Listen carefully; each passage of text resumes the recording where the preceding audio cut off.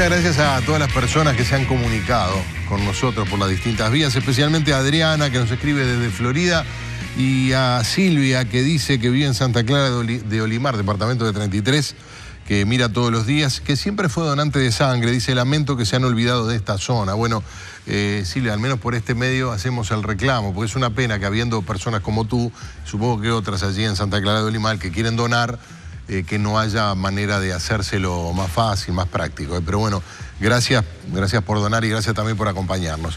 Recibimos a la psicóloga Silvana Giachero. ¿Cómo te va? Bienvenida. Muy bien, muchas gracias. Gracias a ti por acompañarnos. Bueno, tú sos licenciada en psicología, también perito forense, especializada en estas dos expresiones en inglés que nos hemos acostumbrado a escuchar, que nos parece que son lo mismo, que tienen algunas o muchas cosas en común, que son el mobbing y el bullying. Tú sacaste un libro, Bullying y Mobbing, haciendo posible lo invisible. Sobre esto va a haber un congreso a partir del 29 al 31 de mayo próximos. Gracias por la invitación.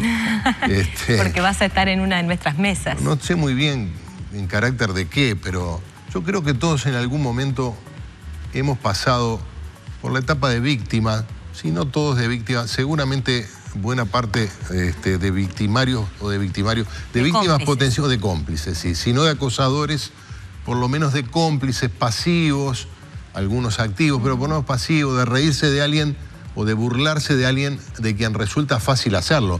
Nadie se burla del matón de la clase o del taller.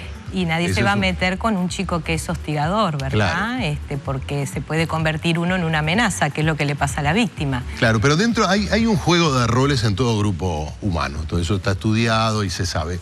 En algún grado eso es normal, hasta podríamos decir que para el grupo es provechoso, pero hay roles y roles. Exacto. Es decir, hay roles donde uno elige estar, otros donde no elige estar, pero está bueno que estar.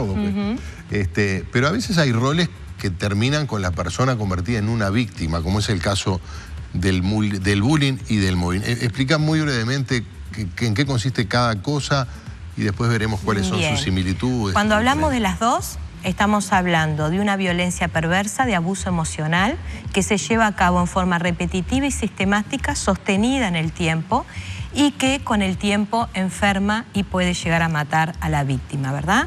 Cuando estamos hablando de mobbing, estamos hablando que esta dinámica se da en el ambiente laboral, y cuando estamos hablando de bullying, estamos hablando que esta dinámica se da en los centros de estudio. Se le gusta llamar acoso escolar en español, pero en realidad no estaríamos muy de acuerdo con esa definición, o con ese nombre, mejor dicho, porque se puede dar a cualquier edad, en cualquier centro de estudio, no solamente en el ámbito escolar. Ahora, lo interesante de esta dinámica es que es tan perversa en sí misma, que no solamente se dice que la víctima elige ser víctima y que tiene un perfil de víctima, sino que a su vez, a medida de que la persona violentada se va enfermando, cuando logran enfermarla, esa misma patología se convierte en la justificación de que le hacen lo que le hacen porque o está loco o loca. La doble victimización. Exacto, la revictimización, a la cual a veces muchos psicólogos o psiquiatras, por hacer mal los diagnósticos de esto, lleva a que se sumen a esta revictimización, como tú bien decías. Sí, y esto, bueno, obviamente que se expresa con crueldad a cualquier edad. Pero uno a veces piensa que son conductas de los adultos, que uno con el tiempo, el perverso se vuelve más perverso. A veces la gente tiene también, no solemos tener todos, una mirada ingenua sobre la infancia. Y allí lo que hay, bueno, uno puede quizás entender más a un niño que a un adulto, pero a veces también se expresan de una manera muy cruel, ¿no? Sí. El acoso escolar o el acoso en grupos de pares de niños. Exacto. Lo que pasa es que nosotros tenemos como una sensibilidad con la infancia, y esa cosa de que los niños nacen buenos y que en realidad las conductas violentas provienen de ambientes violentos. Y se ha comprobado que así como quien es abusado en la infancia después no se convierte en un abusador o un violador, tampoco aquel que sufre violencia en la casa va a ser un hostigador, ¿verdad? Muchas veces nos encontramos con que ese hostigador proviene de una familia normal, aparentemente sana, es un líder, tiene buenas notas, por eso cuando los chicos cuentan, a veces los padres o los docentes dicen, ah, no puede ser, fulanito de tal, tan divino que es, ¿no? Pero ¿qué pasa? Estamos hablando, y ahí lo explica en un capítulo específico que habla de psicopatía, a lo cual yo trato de no extenderme mucho en el tema porque no quiero darle mucho que hablar a este tipo de personalidades, mucho espacio, claro. Pero sí se sabe de que es una forma de funcionar, es un cerebro que funciona de esa manera, que es diferente al nuestro, y que la forma de ellos de funcionar en sociedad es depredando, ¿bien? El acosador. El acosador, exactamente. Entonces, por eso siempre nosotros decimos, como este tipo de personalidades van cada vez en mayor crecimiento en nuestra sociedad, hoy tenemos un 6% de estas personas que funcionan así. Acá, discúlpame para detenernos, acá se da un fenómeno muy especial, es que en realidad el que tiene una patología es el acosador, no la víctima. Claro, y que ni siquiera es una patología, porque la psicopatía no está considerada patología porque no le han encontrado la cura todavía. Por eso las investigaciones han mostrado a través de imagenología del cerebro que tienen una estructura diferente. El acosador. El acosador, exactamente. Que se expresa tanto en liderar una banda dedicada al bullying, como luego otro tipo de acoso. Exacto, se van especializando con el tiempo, se van haciendo cada vez más sutiles y después se convierten en verdaderos depredadores familiares, organizacionales o sociales también. A través de técnicas de manipulación. Solo de manipulación, exactamente. No dicen técnica, no es que estudian técnica de manipulación, podrían hacerlo. ¿Así? Sí, lo hacen. ¿Puede darse, sí, lo hacen. Por ejemplo, a veces el coaching puede ser una persona que le está dando herramientas de manipulación a un CEO que tiene una personalidad psicopática, por ejemplo. ¿Ah? Entonces hay que tener mucho cuidado porque estas personas, como no tienen sentimientos, no tienen emociones, no se estresan, no tienen sentimientos afectuosos algunos, no tienen empatía, claro. No tienen capacidad de crítica, entonces van aprendiendo cuándo llorar, cuándo pedir perdón, cuándo hacer una mirada, cómo seducir a la otra persona para ir atrapándola. Y son los que comúnmente se llaman, cuando se los descubre, se convierten en victimistas, que es diferente a víctima. Claro. O sea, van a utilizar situaciones de su infancia o inventos o mentiras dolorosas, supuestamente traumáticas, o van a dar vuelta a las situaciones para manipular y lograr el objetivo. Bueno, ¿no? Esto es proyectando un poco, viendo cómo funciona la lógica del acosador. Exacto. Pero el acosador precisa, además de una víctima, un grupo de personas que de algún modo también presentan cualidades, características de debilidad emocional, psicológica, de autoestima, que son cómplices. Algunos ni siquiera son personas malas. No necesariamente, porque dentro de los cómplices yo describo dos categorías. El cómplice activo, el que se suma y activamente se burla y humilla o lastima al otro, y el que no participa, pero sí sabe, pero se calla la boca por miedo, ¿verdad? Porque estas dinámicas generan miedo, y es en el miedo justamente que se genera ese pacto de silencio y hace que el depredador actúe a sus anchas con total libertad. Tenés en la serie, por ejemplo, por 13 razones, que los chicos que se les permite mirar pueden mirar los 2 primeros capítulos, donde ahí muestra claramente cómo un chico de 17 años con una personalidad psicopática que es líder utiliza a otro, sí débil, con muy baja autoestima, que sí tiene problemas de violencia en su casa, para agarrar la foto que tenía en su celular y disparar, echar la bola a andar de este proceso mandando la foto de esta chica a todos los WhatsApp, ¿verdad? Entonces utiliza al otro que lo pone como pantalla para él saciar sus deseos perversos, ¿verdad? De lastimar o destruir a una persona. Tú acabas de introducir otro elemento que también potencia la depredación de una acción de móvil o de bullying a niveles extraordinariamente destructivos, como puede ser el ciberacoso. Exacto. ¿No? Es el acoso, como su nombre lo indica, en el ciberespacio, perfiles en redes sociales, claro, o cualquier tipo de campaña de este tipo. Ahora se me viene a la mente algo muy importante, ya que tú tomas esto para que nosotros podamos distinguir lo que es ciberacoso de lo que es ciberbullying, ¿verdad? Cuando nosotros estamos hablando de ciberbullying es cuando el bullying pasa a las redes. O sea, aquello que se está gestando en el centro de estudio pasa a las redes. Y ahí se genera toda esta situación de que contamina toda la vida de la persona y que es muy difícil para un chico, cuando el acoso pasa a las redes, poder salvarse. Sí. Incluso el riesgo de suicidio es mucho más grande cuando pasa a las redes el bullying, ¿verdad? Claro. Cuando nosotros estamos hablando de dinámicas de linchamiento en las redes, en cualquier otra situación se llama ciberacoso. Ahí tenemos el caso de Anto, la chica esta argentina, que decían que le estaban haciendo ciberbullying.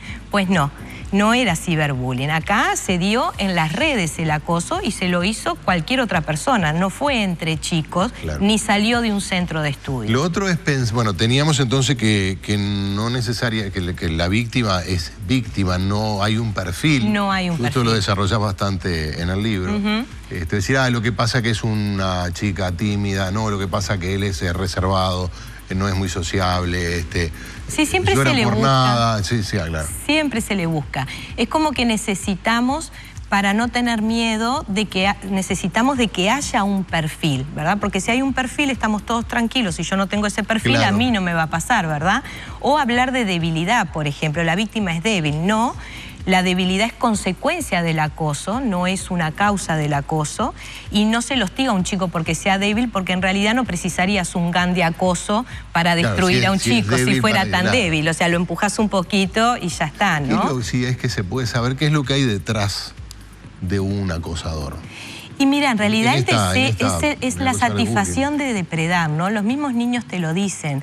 Yo tengo un caso de una nena que hizo tanta fuerza para no llorar, porque justamente ellos te explican que si lloran es peor, porque eso los alimenta. Claro. Es que el ver que el otro está sufriendo y que logró ese sufrimiento es como un grado de satisfacción que les da más poder y les genera más poder en el grupo también. Y tengo una nena que tuvo tanto tiempo sin llorar, haciendo fuerza, de que hoy no puede llorar a pesar del dolor interno que siente. Entonces, los mismos niños, si nosotros le preguntamos a ellos, te lo explican claramente cómo funciona. El tema está que si ellos no lo pueden parar, entonces son los adultos los responsables de poder detener estas dinámicas. Ahora después vamos a ir con la parte terapéutica. La buena noticia es que hay maneras de curar, de sanar. Claro. Pero el niño, la niña que está siendo víctima, ¿es capaz de darse cuenta y expresarlo? No, no siempre se da cuenta. Inmediatamente cuando empieza estas dinámicas, tanto en el mobbing como en el bullying, se siente culpable la persona enseguida. Por lo tanto, empieza a buscar en ella el problema y qué cosas tiene que hacer para solucionarlo. Y le da mucho miedo contarlo porque le da vergüenza, porque le da miedo que le confirmen los adultos, que muchas veces les terminan confirmando. Lo que pasa es que el problema lo tienes tú. Le da miedo a que no... Se puede sentir de verdad culpable. Se sienten realmente culpables. Y luego vienen los adultos a decir, bueno, hay algo en ti que, ¿no? O siempre te pasa estas cosas, entonces tú sos... Esas frases lapidantes, ¿no? En el caso de los varones, espero que ahora no sea tanto, pero antes, que era muy tradicional, decir, bueno, andá y agarralo a las trompas. Es decir, resolvelo en un escenario de violencia, que es donde habitualmente el acosador es más fuerte, además, o puede llegar a contar o la víctima sentirse, claro, es todavía... como David contra Goliat. Claro. Andá a meterte en una patota que le están 10 pegando a un chico. Claro. Entonces, sí, hoy en día no es lo recomendable, pero para nada, porque estamos poniendo en una situación de mayor peligro, y sobre todo los varones, porque siempre se les dice eso, hacete fuerte. Claro. He visto profesores o directores de centro de estudio donde le dicen al chico, esto siempre pasa, en algún momento vas a tener que aprender a defenderte, o sea, reproduciendo y aceptando la violencia, ¿verdad? Entonces después nos quejamos. ¿Cómo? ¿De qué? ¿De qué? Claro. ¿Qué hice yo? Acá hay otro elemento, bueno, tú introducís el tema de las jerarquías o de los referentes adultos en la institución educativa. Y en el libro también hace referencia a cómo esto ocurre en un entorno institucional, nunca ocurre en un grupo que se cruza accidentalmente en un shopping, no tiene sentido. No. Hay un marco institucional, pero no es que en los colegios de los barrios más pobres o en los colegios donde va... No, esto ocurre en cualquier ambiente, incluso en las instituciones que tienen más elementos para detectarlo, para combatirlo. Suponemos que ya se trata de un tema en el cual se está trabajando, pero ¿qué es lo que se necesita para que se arme esto en una institución educativa con respecto a las autoridades? Primero, romper el pacto de negación que hay, porque tú vas a dar una charla y enseguida te dicen en mi centro no hay esto, no pasa esto. Sí pasa en todos los centros de estudio, en algunos más, en otros menos, pero pasa en todos lados. Primero aceptar eso y después, bueno, empezar a tomar conciencia que la responsabilidad de esta violencia y de las consecuencias que genera es de los líderes de la institución, es de quienes dirigen la institución. De hecho, hemos tenido varios casos que han llegado a la denuncia penal hacia la dirección del centro por no tomar las medidas del caso cuando se denuncia. Porque lo primero que hace el papá es hablar con la maestra o el docente, después va y habla con la dirección y después ya no le quedan muchos más caminos a seguir, mientras su hijo se vio obligado de ir al centro de estudio y seguirlo padeciendo. Entonces los mismos chicos te dicen, por favor, quiero que esto termine ya, quiero que me dejen en paz. Entonces no puede ser que los adultos no puedan decir basta, ¿no? Entonces, cuando los adultos empiecen a reconocer que esto no es un tema de que el centro de estudio sea peor, sí, de que no es que sea mal docente, es un tema que está pasando, hay que visibilizarlo, ocurre y hay que visibilizarlo.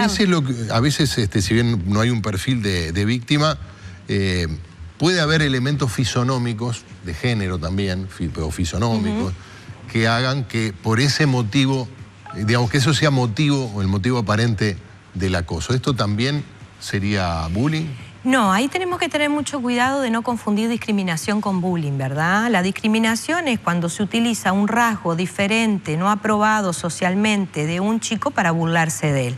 Cuando estamos hablando de bullying específicamente, estamos hablando de una dinámica perversa en sí misma, no tan visible, claro, pero sí puede pasar que quien hostiga utilice ese rasgo diferente. Es como que le busca el talón de Aquiles, hasta que algo le duele. Cuando se da cuenta que algo le duele, lo presenta públicamente y prende rápidamente en el grupo. Silvana, hacemos una pausa, después seguimos conversando sobre esto que está muy interesante, hablamos del Congreso y hablamos de cómo tratarlo a nivel terapéutico. Venimos enseguida. Gracias.